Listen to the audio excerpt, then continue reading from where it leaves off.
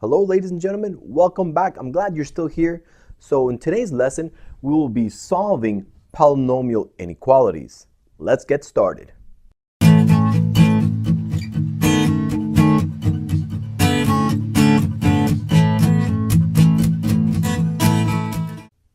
Okay, so here we are asked to solve the inequality and graph the solution set.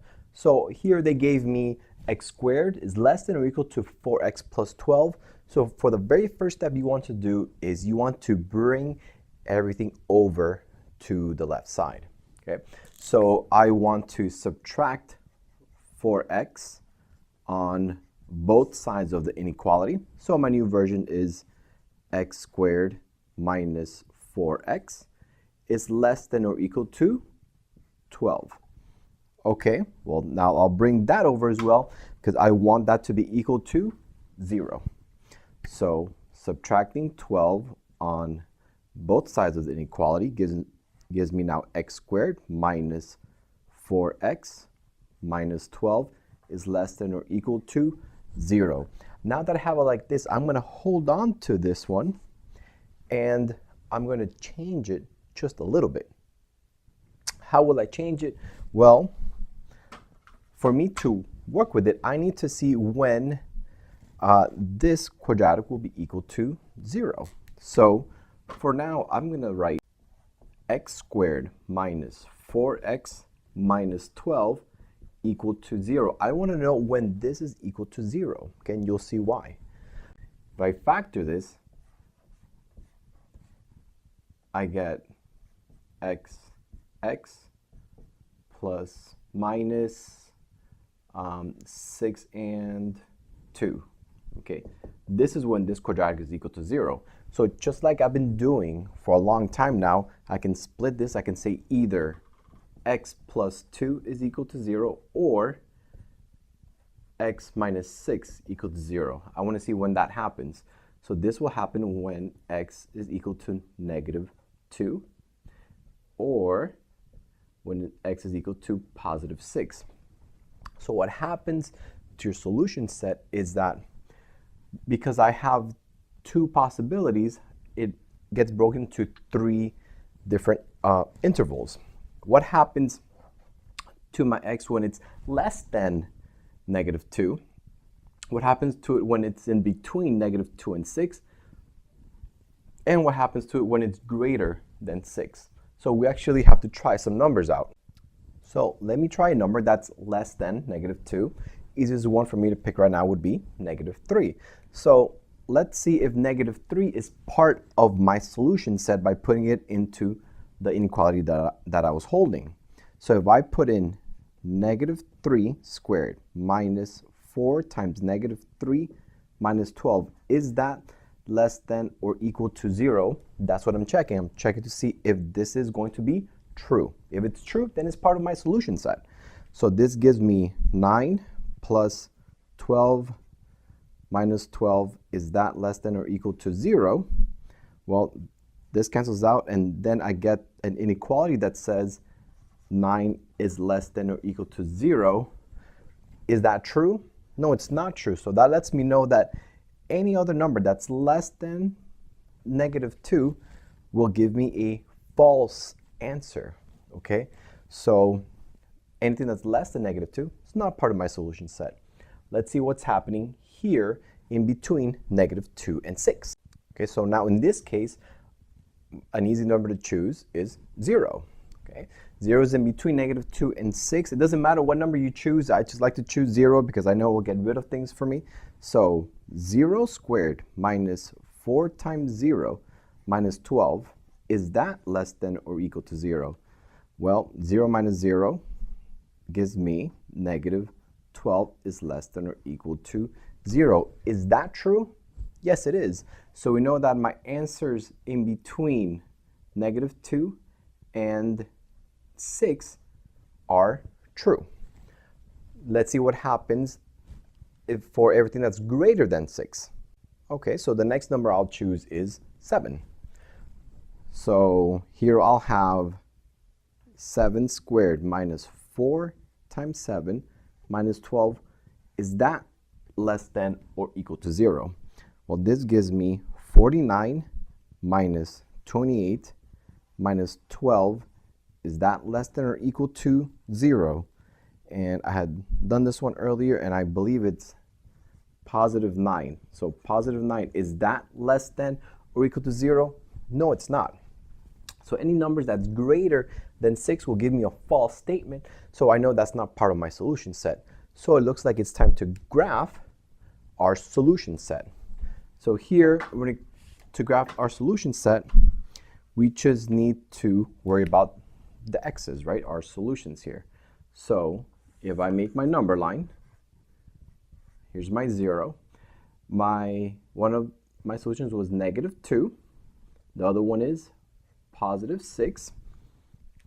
Okay, and remember that this was less than or equal to 0. So if you remember here, you'll be using a closed circle to show your -2 is part of that solution.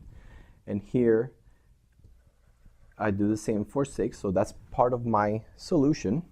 And any number in between is part of my solution set. So this is what your graph would look like. If you're using brackets for this, because it depends on your teacher and how they were shown as well. If they're using the brackets to show the number line, it still looks exactly the same, except that instead of closed circles, open circles, they probably used brackets, and then this gets shaded in. So this shows the same thing, that the brackets show that it's included. The -2 and the 6 are part of the solution set. And you might even see it written like this, -2, okay, separating with a comma for my next number is 6. And this lets me know that this is the interval where my solution set lies. Sorry, there's another way that you can write the solution set, and that's using the inequalities. So you can also write it like this. I have everything that's in between -2 and 6. So my solution set lies between -2 and 6 inclusive. Okay, I think you can do these. Go ahead and try these two out, and I'll show you the answers in 3, 2, 1. All right, here are your answers. Now, with A, it was, all I had to do there was factor out an x, see when that was equal to 0, so I can do my split. And once I tried a number that was less than both things where it would be equal to 0, right? If I tried a -1, I ended up seeing that I got a false statement, so anything here is not part of my solution set. When I try something in between 0 and 4, it is part of my solution set. I got a true statement, but greater than 4, I saw that that was not true. So these were my only solutions here, and these are inclusive, so I used the brackets. Here, I had to first make it equal to 0, right? Once it was set equal to 0, I saw that I can go ahead and factor this out, find both places where it would be equal to 0. And this time, though, I got true statements when I tried numbers that were less than 2 and greater than 1. So your solution set looks like this. Let's try some more out. Right now, solving these inequalities is not just restricted to the quadratics like we just saw. Okay? Here you really have to remember everything that you've learned so far about factoring. So in this case, we're given x to the 4th is greater than x. Well, same rule applies. We're going to go ahead and subtract x on both sides, and we get that our new version is x to the 4th minus x is greater than 0. Okay, so now we have something we can work with, and I noticed that when I look at this left side, okay, my two terms have an x in common. I can factor that out. Okay, so I'll start working on this left side. So if I factor out an x, I get x times x to the third minus 1. And remember, for right now, I'm going to hold this inequality, and I want to see when this is going to be equal to 0. I can't do anything more with the x, but here I have a difference of cubes. So I have to do what? Remember what I've learned before. I'm not touching this. I'm going to leave that as x times what? I'll change color so you can see that it's just this right here that I'm messing with. This becomes, if I remember my properties correctly, should be x minus 1 times x squared plus x plus 1. When is that equal to 0? So I have 3 things that I have to check when they're equal to 0, so I'll end up making more intervals than I did before. But the pattern, everything's still exactly the same. So I need to check when either this is equal to 0, when this is equal to 0, and when this is equal to 0. Okay, so I have these 3 different ones to check for. So let's see what happens. Well, this first one is already solved. When x is equal to 0, I already have an answer there, so 0. Now what about my blue? When I add 1 to both sides, I get that x is equal to positive 1. So I have 2 solutions so far, 0 and 1. Here though, okay, this should start looking very familiar, especially if you've been doing like all your work in your classes. Then this I can't factor anymore. I'm going to get a complex solution, okay, with imaginary numbers. So this has no real solutions. So I can't do anything else with this. I only have these 2 to work with. So these are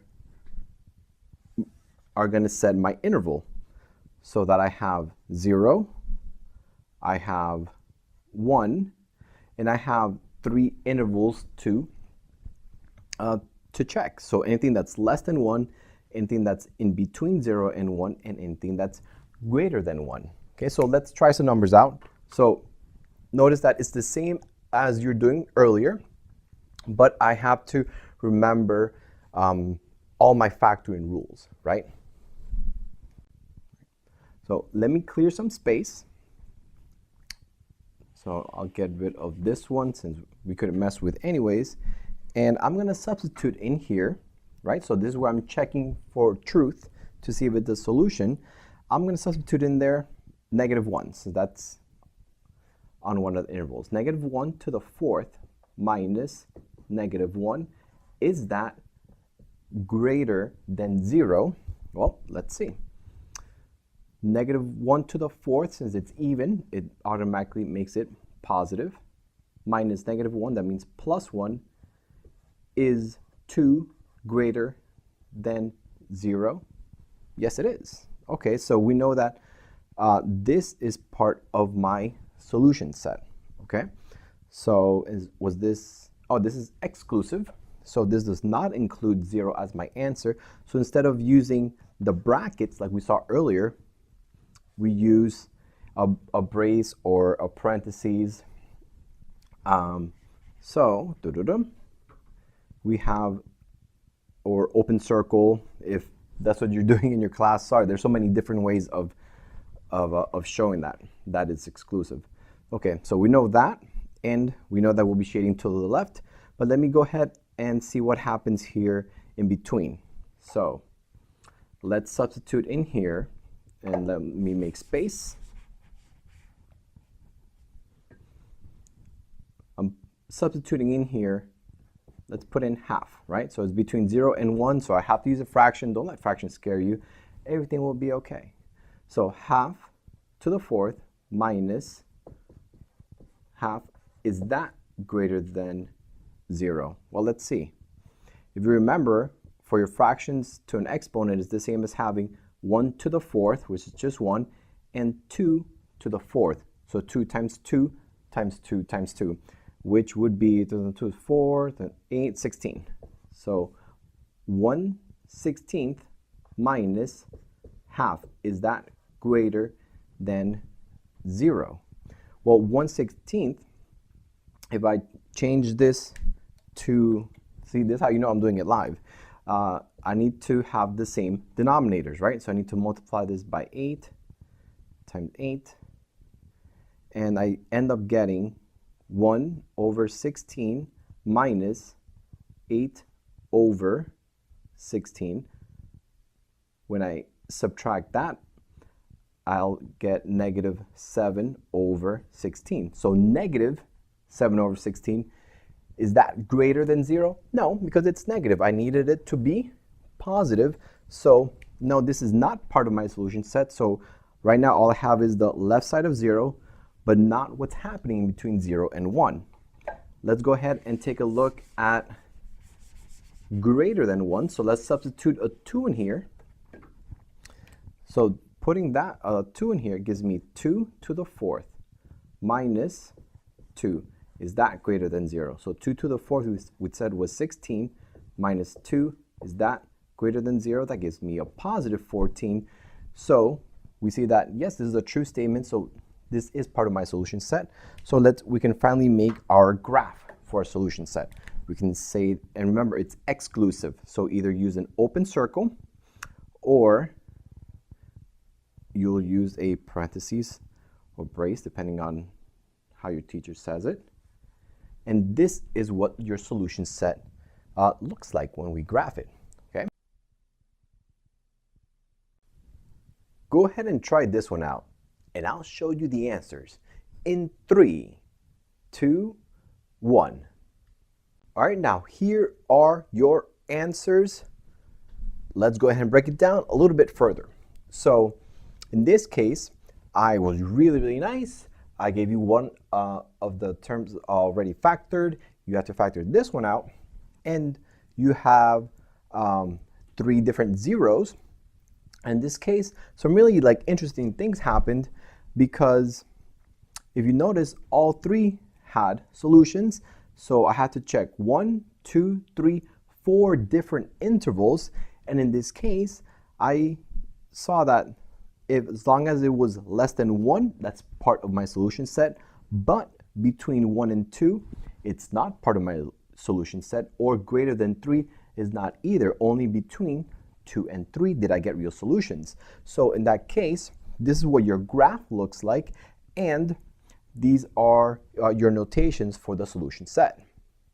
And that, as they say, is that. So go ahead and keep practicing. I'm sure you're doing great in class. You're here helping yourself. So until next time.